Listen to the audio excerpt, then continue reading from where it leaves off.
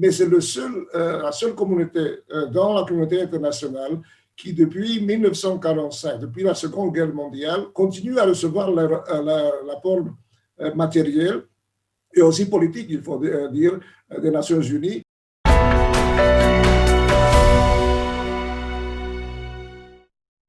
Bonjour Boker Tov.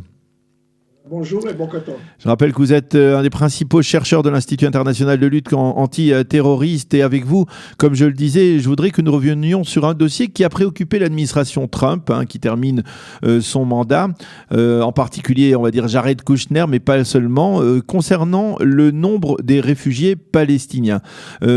Hier, l'ancienne ambassadrice des États-Unis aux Nations Unies, Nikki Haley, dont on connaît le soutien, on va dire, à l'État d'Israël, a affirmé qu'il fallait d'une certaine manière déclassifier, on va dire, tous les dossiers concernant les réfugiés palestiniens à l'UNRWA, l'agence de protection des réfugiés palestiniens, et essayer de rouvrir et de redéfinir le nombre exact de réfugiés palestiniens. Alors c'est un dossier que vous connaissez particulièrement bien. Je voudrais que vous nous donniez d'abord une estimation. Comment doit-on définir, à votre avis, le nombre de réfugiés palestiniens aujourd'hui, en particulier au Moyen-Orient?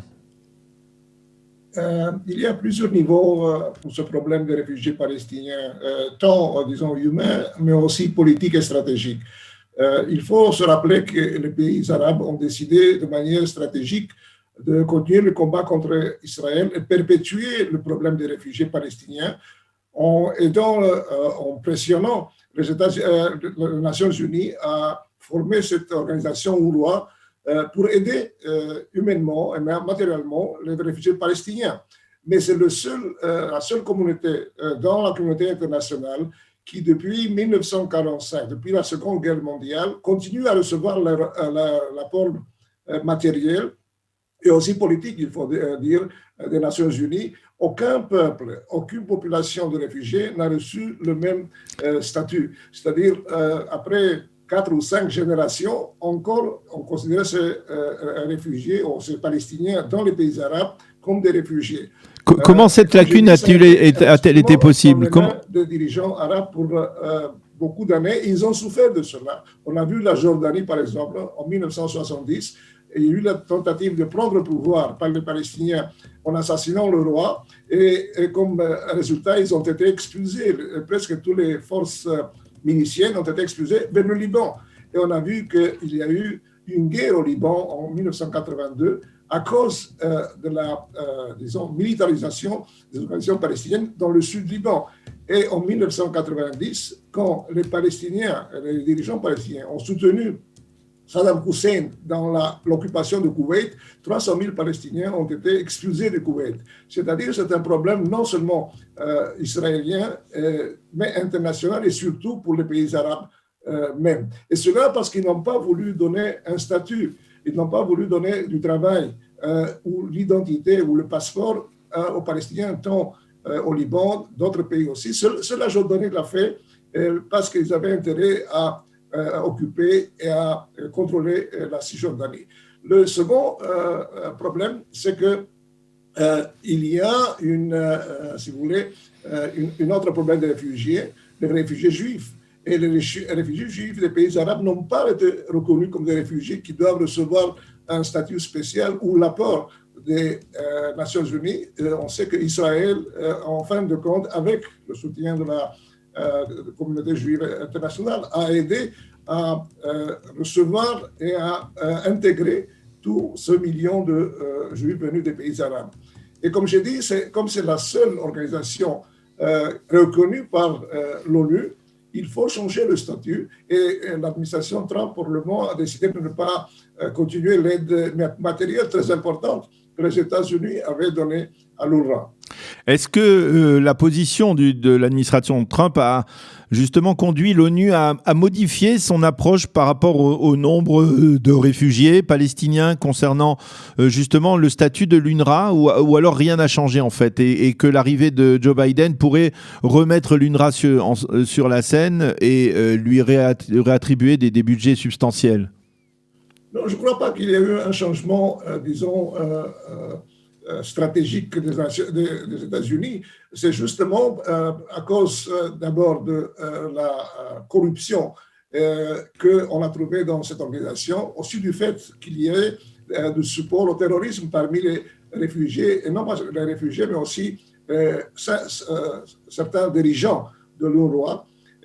Et d'ailleurs, je crois que c'est un des problèmes de l'UNRWA, parce que l'éducation dans ces camps de réfugiés perpétue en fait la haine et le conflit entre Palestiniens et Juifs, Palestiniens et Israéliens. Donc ça, c'est le grand problème à long terme. Et je crois qu'il faut repenser avec les pays arabes d'ailleurs, avec les Palestiniens, dans le cadre d'une négociation générale.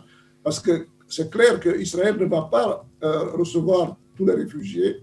Je crois que le Premier ministre Ehud Olmert, à l'époque, quand il a tenté d'arriver à un consensus, un compromis avec Abou Mazen, avait proposé 70 000 réfugiés qui soient reçus en Israël pour rejoindre leur famille. C'est tout.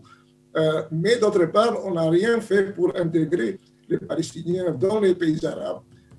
Et peut-être maintenant, avec la normalisation qu'on voit avec les pays du Golfe, qui d'ailleurs, dans leur, je crois, dans le plan initial de l'Arabie saoudite pour la résolution du conflit, on parle aussi de trouver un apport matériel aux réfugiés palestiniens, et cela pourrait être conçu dans cette négociation, c'est-à-dire qu'il y ait une grande partie des réfugiés dans les pays arabes soient reconnus comme citoyens locaux, qu'ils reçoivent des dommages et intérêts matériels, et une autre partie soit reçue dans le futur État palestinien. Je me souviens, docteur... C'est le problème principal de l'administration Biden.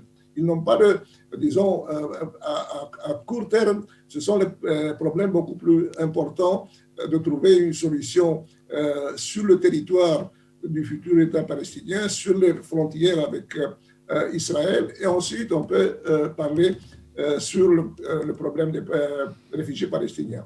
Docteur Eli Carbone, je me souviens qu'au milieu du mandat de Donald Trump, Jared Kushner, son conseiller, avait affirmé qu'il fallait redéfinir le nombre de réfugiés palestiniens, et ne plus considérer tous les Palestiniens, donc les générations de Palestiniens qui sont encore dans les camps en Syrie, on va dire en Syrie, au Liban ou ailleurs, comme des réfugiés, mais uniquement ceux qui avaient dû quitter, on va dire, la Palestine mandataire au moment de la guerre d'indépendance, ce qui correspond à environ 40 à 50 000 personnes. Vous pensez que c'est réaliste c'est un critère réaliste à instaurer dans le cadre du conflit israélo-palestinien? Mais comme je dis, c'est pas que l'administration Trump peut changer vraiment la situation. C'est une question qui intéresse tout d'abord les pays arabes où se trouvent les réfugiés palestiniens. C'est eux qui doivent décider, accepter qu'une grande partie de ces réfugiés se trouvent sur leur territoire depuis 50, 70 ans, et ils peuvent recevoir la citoyenneté, recevoir les droits de tous les citoyens locaux. Parce que là, Eli, il s'agit, en dehors de la Jordanie, vous avez expliqué qu'ils ont obtenu la nationalité, il s'agit du Liban, de la Syrie, de quel autre pays? Pratiquement tous les pays. En Syrie, d'ailleurs, ils avaient reçu un statut meilleur qu'au Liban. Au Liban, 400 000 réfugiés, ou comme ils étaient considérés réfugiés, avec leurs enfants et les petits-enfants, n'ont pas reçu le droit de travailler, n'ont pas reçu le droit de changer d'adresse en dehors des camps. En Syrie aussi, ils étaient concentrés dans les camps, mais quand même, certains ont été utilisés par le régime dans des fonctions administratives. Et dans le Golfe, d'ailleurs, la majorité des leaders de l'OLP avaient reçu des postes très importants dans la fonction administrative. Au Koweït, en Arabie saoudite, dans l'éducation. Donc, il y avait la possibilité de les intégrer. Mais cela a été fait seulement pour des raisons économiques, si vous voulez, et du fait que dans les pays du Golfe, il n'y avait pas de main-d'œuvre ou des spécialistes comme les Palestiniens. Donc, aujourd'hui, peut-être c'est plus facile parce qu'il y a cette normalisation. Elle va s'étendre, nous espérons. Alors, il faut trouver une solution tout d'abord régionale et avec l'accord des Palestiniens, et aussi ensuite dans le contexte international aux Nations Unies. On l'a dit, avec la normalisation, il y a des pays, par exemple comme le Maroc, qui ont décidé de normaliser leur relation avec Israël et qui sont prêts apparemment à modifier, on va dire, certains contenus, par exemple dans les manuels scolaires. Vous parliez tout à l'heure de l'éducation dans les camps palestiniens et que les enfants palestiniens, on va dire, sont éduqués à la haine contre Israël. Est-ce que vous pensez qu'il peut y avoir aussi des pressions de la part de certains pays arabes en direction de l'UNRWA pour modifier justement le contenu de ces manuels scolaires? Oui, j'ai juste lu cette semaine qu'en Arabie Saoudite, qui est un des pays d'ailleurs Voilà.